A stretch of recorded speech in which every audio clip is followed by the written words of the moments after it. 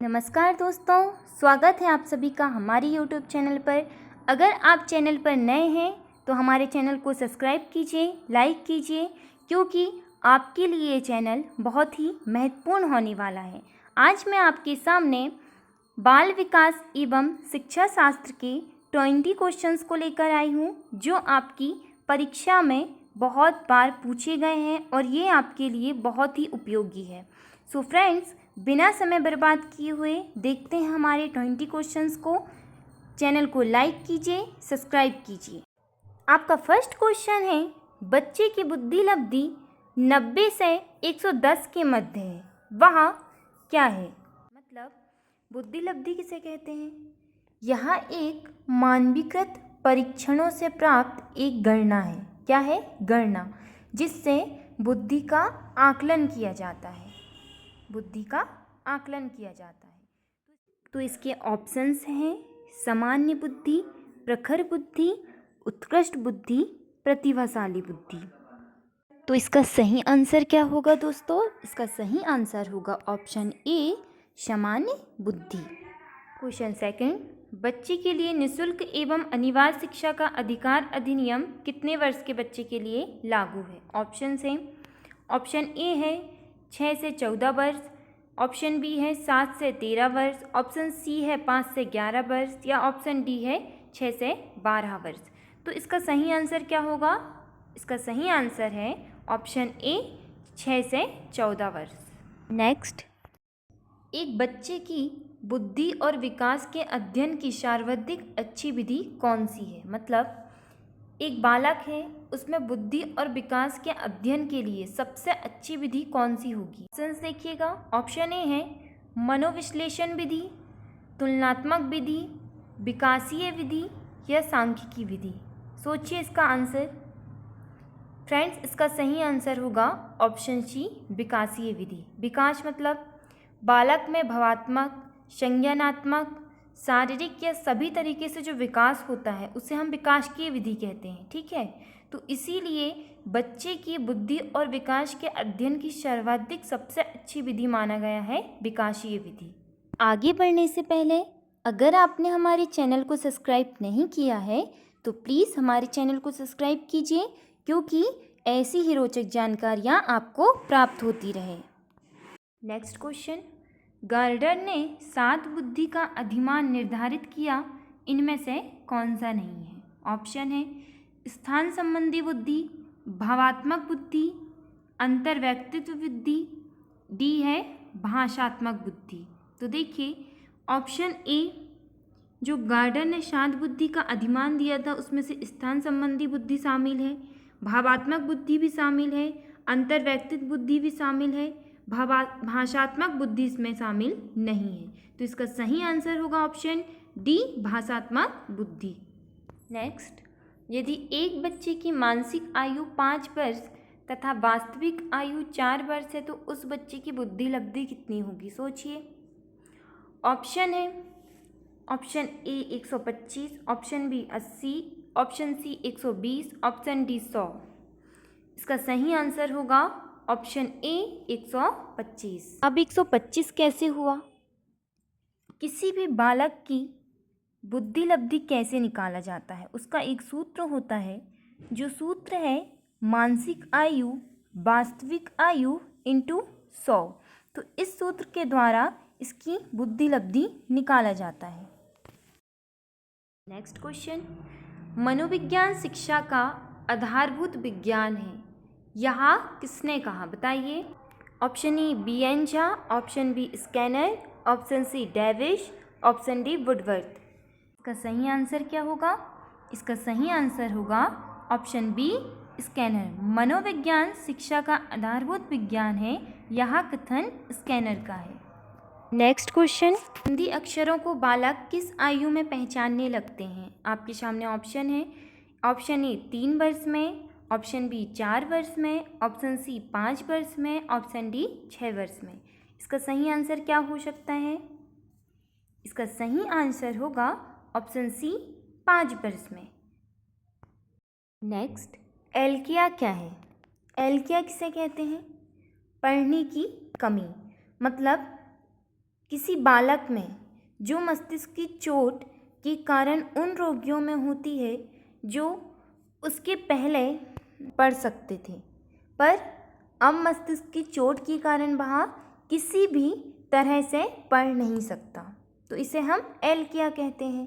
तो ऑप्शन है आपके सामने, पढ़ने की अक्षमता, लिखने की अक्षमता, सीखने की अक्षमता या सुनने की अक्षमता। आपका सही आंसर होगा ऑप्शन ए, पढ़ने की अक्षमता। नेक्स्ट क्वेश्चन, पियाजे की औपचारिक संक्रियात्मक अवस्था किस आयु अवधि तक मानी जाती है।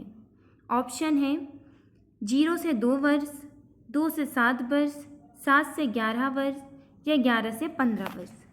तो पियाजे के अनुसार औपचारिक संक्रियात्मक अवस्था होती है 11 से 15 वर्ष, तो इसका सही आंसर होगा ऑप्शन डी, 11 से 15 वर्ष। नेक्स्ट, गर्भ में बालक को विकसित होने में कितने दिन लगते हैं। ऑप्शन है 150, 280, 390, 460। बताइए, सही आंसर होगा ऑप्शन बी, 280। नेक्स्ट क्वेश्चन, किस मनोवैज्ञानिक ने अपने 3 वर्षीय पुत्र का अध्ययन किया। ऑप्शंस हैं pestology, Watson, Stanley hall, James Shelly. सही आंसर क्या होगा बताइए।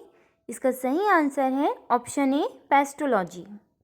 पेस्टोलॉजी ने अपने 3 वर्षीय पुत्र का अध्ययन कर बालक के विकास का अध्ययन किया। आगे बढ़ने से पहले दोस्तों आपको बता दूं कि मैंने वीडियो के लास्ट में मोस्ट इम्पॉर्टेंट क्वेश्चंस रखे हैं जो आपकी परीक्षाओं के लिए बहुत ही उपयोगी है, तो वीडियो को बिना स्किप किए देखिए। बढ़ते हैं नेक्स्ट क्वेश्चन की ओर। बालक का विकास होता है। बालक का विकास कैसे होता है।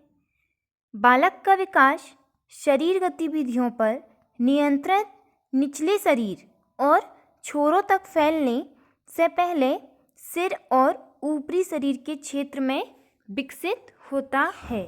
ऐसे बालक का विकास होता है। ऑप्शंस क्या है इसमें, सिर से पैर की ओर, पैर से सिर की ओर, दोनों ओर से, आखिरी ऑप्शन है इनमें से कोई नहीं। तो सही आंसर क्या हो सकता है। इसका सही आंसर है ऑप्शन ए, सिर से पैर की ओर। नेक्स्ट, विकास के संबंध में गलत कथन है। ऑप्शन है विशिष्ट से सामान्य की ओर, सार्वभौमिक प्रक्रिया है, दिशा सिर से पैर की ओर, वर्तुलाकार गति।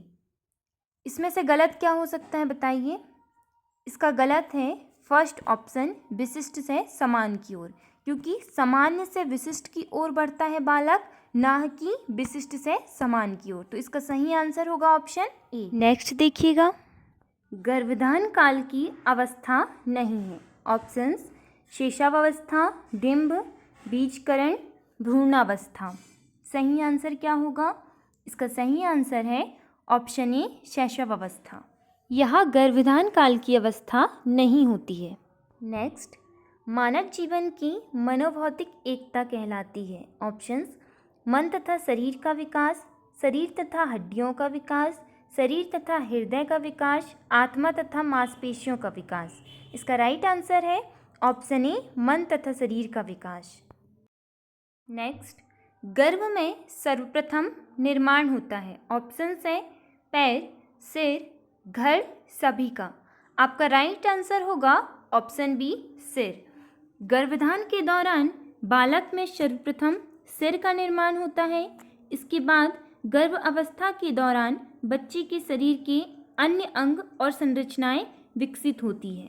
नेक्स्ट, जन्म के समय शिशु में कितनी हड्डियां होती हैं बताइए। नॉर्मल मनुष्य में 206 हड्डियां पाई जाती है, परंतु जब बालक का जन्म होता है तो इनमें 270 हड्डी पाई जाती है। तो इसका राइट आंसर होगा ऑप्शन सी, 270। ये अंततः मिलकर यानी एक साथ मिलकर 206 हड्डियां बनाती हैं जो वयस्कों में होती है। ये क्वेश्चन अगर पूछा जाए कि मनुष्य में कितनी हड्डियां होती हैं तो इसका राइट आंसर होगा ऑप्शन ए, 206। पर जन्म के समय पूछा गया है, इसलिए जन्म के समय बालक में 270 हड्डियां होती है। तो इसका राइट आंसर ऑप्शन सी होगा। नेक्स्ट, बालक अपनी माँ को पहचानना प्रारंभ करता है? ऑप्शन 6 माह, 8 माह, 9 माह, 3 माह। इसका राइट आंसर होगा ऑप्शन डी, 3 माह, क्योंकि बालक सबसे पहले अपनी माँ को पहचानता है, अपनी माँ से संपर्क बनाता है, उसके बाद परिवार के अन्य सदस्यों से। तो इसका right answer option D. Next, बालक के जन्म के समय शिशु के मस्तिष्क का भार होता है? ऑप्शन है 300 ग्राम, 350 ग्राम, 400 ग्राम, 450 ग्राम। इसका राइट आंसर होगा ऑप्शन बी, 350 ग्राम। बालक के जन्म के समय बालक के मस्तिष्क का जो भार होता है वह 350 ग्राम होता है।